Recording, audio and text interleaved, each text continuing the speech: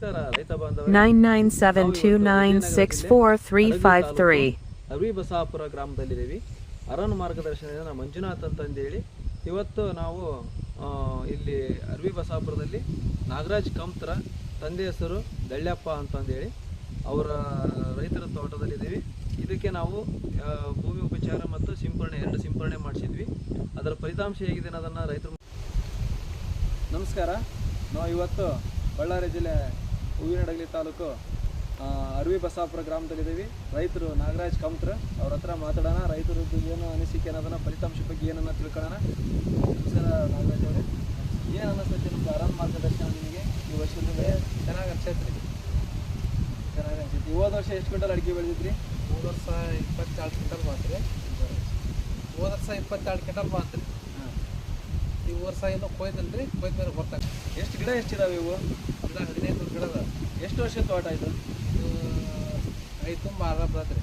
5 ತುಂಬ 6 ಬಿದ್ದೈತಿ. ಅಂದರೆ ನೀವು ಭೂಮಿ ಉಪಚಾರ ಎಷ್ಟು ಸರಿ ಮಾಡಿದ್ದೀರಾ? 2 ಟೈಮ್ ಮಾಡಿ 2 ಟೈಮ್ ನೆಲ ಕೊಟ್ಟಾರಿ, 2 ಟೈಮ್ ಸ್ಪ್ರೇ ಕೊಟ್ಟಾರೆ. ನಾವು 3 ಟೈಮ್ ವರ್ಷಕ್ಕೆ ಅಂತ ಹೇಳಿದ್ವಿ. ನಾವು ಕೆಲಸ ಅಂತ ಕೊಡಕ್ಕಲ್ಲಂತೆ ಇನ್ನೊಮ್ಮೆ ಕೊಟ್ಟಿದ್ರೆ ಪಾಡತ್ರಿ. ಮತ್ತು ಆಮೇಲೆ ನಾವು ಇಂಗ್ಲೀಷ್ ಮೆಡಿಸಿನ್ಸ್ 2 ಸರಿ ಸ್ಪ್ರೇ ಮಾಡೋಕ್ಕೆ ಹೇಳಿದ್ವಿ. ಸ್ವಲ್ಪ ಕಸ ಪಸ ಸಮಸ್ಯೆ ಮಾಡಲಿಲ್ಲ. ಈ ಸರಿ ಹಿಂಗಾರುಗಳು ಒಣಗಿರೋದು ಇದ್ದಾವೆ. ಆದರೂ ಯಾಕೆ ಐತೆ ಅಂದರೆ ಅದೇ ಗೊತ್ತಿಲ್ಲ. ಈ ಸರಿ ಹೊಸದಾಗಿ ಒಂದು ಹುಳ ಬಂದಿರೋದ್ರಿಂದ ಹಿಂಗಾರು ಒಣಗೋದು ಇದು ಜಾಸ್ತಿ ಇದೆ. ಬಟ್ ಆದರೂ ನಿಮಗೆ ಈ ಸರಿ ಅಡಿಕೆ ಚೆನ್ನಾಗಿರ್ತೈತೆ ಅಂತ ಹೇಳ್ತೀರಾ? ಮತ್ತು ಇನ್ನೇನು ಹೇಳ್ತೀರಾ? ರೈತರಿಗೆ ಏನು ಹೇಳಕ್ಕೆ ಇಷ್ಟಪಡ್ತೀರಾ? ಹಾಕಕ್ಕೇನು ತೊಂದರೆ ಇಲ್ರಿ, ಹಾಕ್ಬೋದು. ಮುಂದಿನ ವರ್ಷ ಈ ಸರಿ ಕಂಟಿನ್ಯೂ 3 ಸರಿ ಮಾಡ್ತೀರಿ? ಮಾಡ್ತಾರೆ. ಮಾಡ್ತಾರೆ. ಆಮೇಲೆ ಗೊಬ್ಬರ ಇಳುವರಿ ಬಂದು ಸಾಕಂತ. ಇಳುವರಿ ಬಂದರೆ ಸಾಕು. ನಮಸ್ಕಾರ ರೈತರು. ಇನ್ನು ಎಲ್ಲ ರೈತರು ಇದ್ರ ಬಗ್ಗೆ ಬೇಕಂದರೆ ಅರವಿ ಬಸಾಪುರ ಬಂದು ತೋಟ ವಿಸಿಟ್ ಮಾಡಿ, ಯಾವ ರೈತರು ನಾಗರಾಜ್ ಅವ್ರ ಹತ್ರ ಸಂಪರ್ಕ ಮಾಡಿ ರೈತರು ನಮ್ಮ ಅರಣ್ಯ ಬಗ್ಗೆ ಸಂಪೂರ್ಣ ಮಾಹಿತಿ ತಗೋಬಹುದು. ಬೇಕಂದರೆ ಹೇಳ್ತಾರೆ. ನಮಸ್ಕಾರ ರೈತ ಬಾಂಧವರೇ. ಈ ವರ್ಷ ಅಡಿಕೆ ಬೆಳೆಯಲ್ಲಿ ಯಥೇಚ್ಛಾಗಿ ಹಿಂಗಾರು ಒಣಗ್ತಾ ಇರೋದು. ಹಿಂಗಾರು ಯಾವ ಥರ ಒಣಗ್ತಾ ಇದೆ ಅಂದರೆ, ಹಿಂಗಾರು ಯಾವ ಥರ ಒಣಗ್ತಾ ಇದೆ ನೋಡಿ.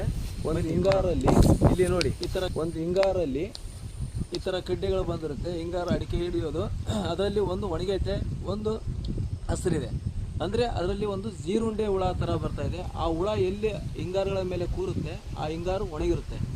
ಇನ್ನು ಹಸಿರಿರೋದಿದೆಯಲ್ಲ ಅದರಲ್ಲಿ ಕುಂತಿರೋಲ್ಲ. ಬಟ್ ಅದರಲ್ಲಿ ಅಡಿಕೆ ಕೂಡ ಸೀಪು ಎಲ್ಲೆಲ್ಲಿ ಸೀಪು ಇರುತ್ತದು ಅದೆಲ್ಲ ನಿಮಗೆ ಉದುರೋಗಿಬಿಡುತ್ತೆ. ಅದಕ್ಕೆ ನಮ್ಮ ಅರಣ್ಯ ಮಾರ್ಗದರ್ಶನದಲ್ಲಿ ಸಂಪೂರ್ಣ ಮಾಹಿತಿನ ನಾವು ನೀಡಿದ್ದೀವಿ. ಆದ ಕಾರಣ ಈ ಸರಿ ಅಡಿಕೆ ಎಲ್ಲ ಕಡೆ ಕಮ್ಮಿ ಇದ್ರೂ ನಮ್ಮ ಏನು ರೈತರಾದಂಥ ನಾಗರಾಜ್ ಅವರ ತೋಟದಲ್ಲಿ ಅಡಿಕೆ ಪರವಾಗಿಲ್ಲ. ಈ ವರ್ಷ ಹೋದ ವರ್ಷಕ್ಕಿಂತ ಅಡಿಕೆ ಹೆಚ್ಚಿಗೆ ಇದೆ ಅಂತ ರೈತರ ಮುಖಾಂತರ ನಮಗೆ ಮಾಹಿತಿ ಇದೆ. ಒಳ್ಳೆ ಫಲಿತಾಂಶ ಸರ ಈ ಸರಿ ಹೆಚ್ಚು ಕಡಿಮೆ ನಾವು ಭಾಳ ತುಂಬ ತೋಟಗಳಲ್ಲಿ ನೋಡಿದ್ದೀವಿ. ಹಿಂಗಾರುಗಳು ತುಂಬ ಒಣಗಿದ್ದಾವೆ. ಆ ಥರ ಹುಳ ನಮ್ಮದ್ರಲ್ಲೂ ಇತ್ತು. ಅದನ್ನ ನೀವು ಹೇಳಿದ ಮೇಲೆ ನಾವು ಇಂಗ್ಲೀಷ್ ಮೆಡಿಸಿನ್ನ ನೀವೇನು ಹೇಳಿದ್ವಿ ಅದನ್ನ ಸಿಂಪರಣೆ ಮಾಡಿದ್ಮೇಲೆ ಅದು ಕೂಡ ಸಂಪೂರ್ಣ ಪರಿಹಾರ ಆಗೈತೆ. ಇನ್ನು ಮುಂದಿನ ವರ್ಷ ನಾವು ಇನ್ನೂ ಸ್ಪ್ರೇ ಯಾವ ಥರ, ಈಗ ವರ್ಷದಲ್ಲಿ 2 ಸ್ಪ್ರೇ ಮಾಡ್ತಾಯಿದ್ವಿ ನಾವು. ಇನ್ನೂ ಒಂದು ಸ್ಪ್ರೇ ಎಕ್ಸ್ಟ್ರಾ ಮಾಡೋದ್ರಿಂದ ಉತ್ತಮ ಐತೆ ಅನ್ನೋದು ಕೂಡ ನಮಗೆ ಕನ್ಫರ್ಮ್ ಆಗೈತೆ ಅಂತ ನಮ್ಮ ರೈತರು ಹೇಳ್ತಾ ಇದ್ದಾರೆ.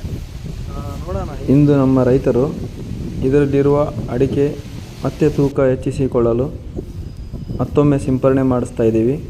ಅದು ಅಡಿಕೆ ಈಗಿರೋ ಅಡಿಕೆ ಡ್ರಾಪ್ ಆಗ್ತಾಯಿದೆ. ಆಲ್ಮೋಸ್ಟ್ ಎಲ್ಲ ರೈತರು ನೋಡಿರ್ಬೋದು.